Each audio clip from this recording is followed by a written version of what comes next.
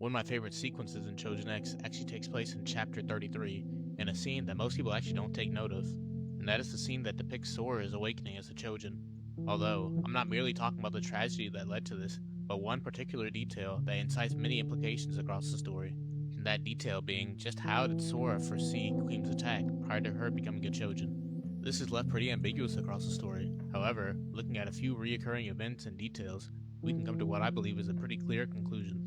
And that conclusion lies within the object of interest across the story, and the mark of the beast,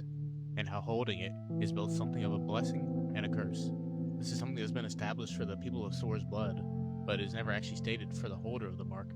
At this point in the story, we've seen 3 holders of the mark, those being Sora, Batista, and Ellie. So let's go over what these 3 all share in common. After the battle in the Tower of Mourning, we are shown the effects of the holder of the mark dying, with all the people of Sora's blood taking effect from it. This was closely associated with the term causality retroversion, which is defined as a phenomenon in which the normal direction of cause and effect is reversed, allowing future events to influence and shape occurrences in the past.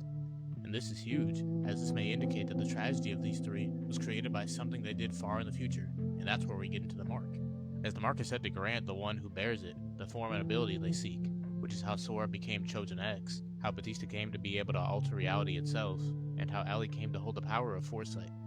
However, as has been stated, talent is a curse that distorts your way of life, the talent being the powers granted by the mark, the distortion being the effects of the mark itself. And going along these lines, there's a perfect thematic overlap between these 3, as Sora had her visions given to her, but was also ignored by her camp to create a fear in her to wish for the ability to have others believe in her, as well as Batista, whose life was being dragged to no end, in order for him to wish for the ability to rewrite the world to one he had control over his life in. And finally for Ellie, who showed a disdain for prophecies given from others, to then wish for the power to foresee the future for herself to protect what matters to her. And the thing is, when looking back on the events of the story, it seems as if Ellie's eventual stealing of the mark was something that was fated for her, which would imply by proxy of this, she spelled out the fate of her mother as well, which is what set her on this journey to begin with. And since we know where these characters are led to, this makes the mark feel like a form of manifested irony, granting wishes to those who hold it, all in order to return the exact opposite.